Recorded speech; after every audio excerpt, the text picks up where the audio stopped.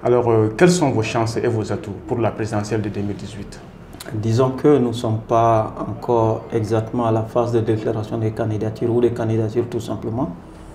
Nous sommes à une phase où nous faisons la promotion du changement, de la bonne gouvernance. Nous essayons de rassembler les gens autour des questions de paix et de sécurité dans ce pays.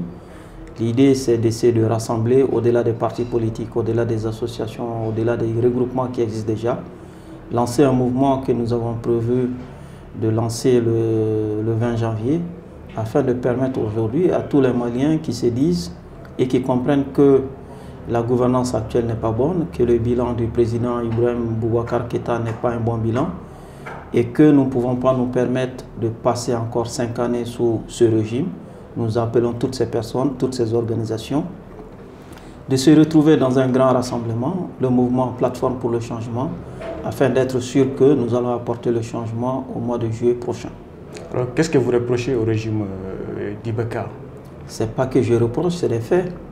L'insécurité est grandissante tous les jours, l'école est absente, l'économie tourne au ralenti et je pense que ce régime est préoccupé tout simplement par la conservation du pouvoir et non régler les problèmes des Maliens. Donc ce n'est pas quelque chose que je reproche, mais c'est des faits que nous pouvons tous constater. Alors, selon certaines sources, vous avez des lobbies qui vous soutiennent, et notamment les forces armées maliennes. Et qu'en est-il exactement?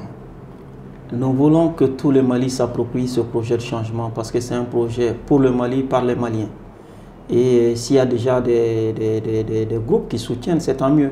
Nous allons aller chercher les autres groupes qui hésitent et qui ne soutiennent pas encore, expliquer et être sûr que ce projet sera pris en compte par une majorité des Maliens. Alors, dans votre dernière sortie, vous accusez le régime d'assassin et d'arrogant. Et sur quelle base, justement?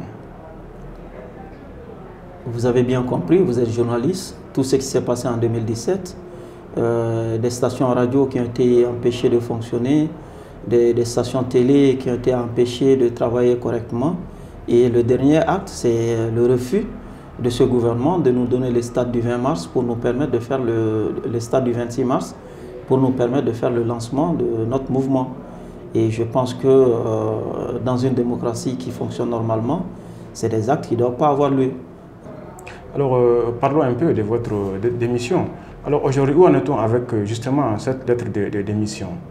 Est-ce que l'inacceptation de votre démission pourrait-elle être un obstacle à votre candidature à la présidentielle de 2018?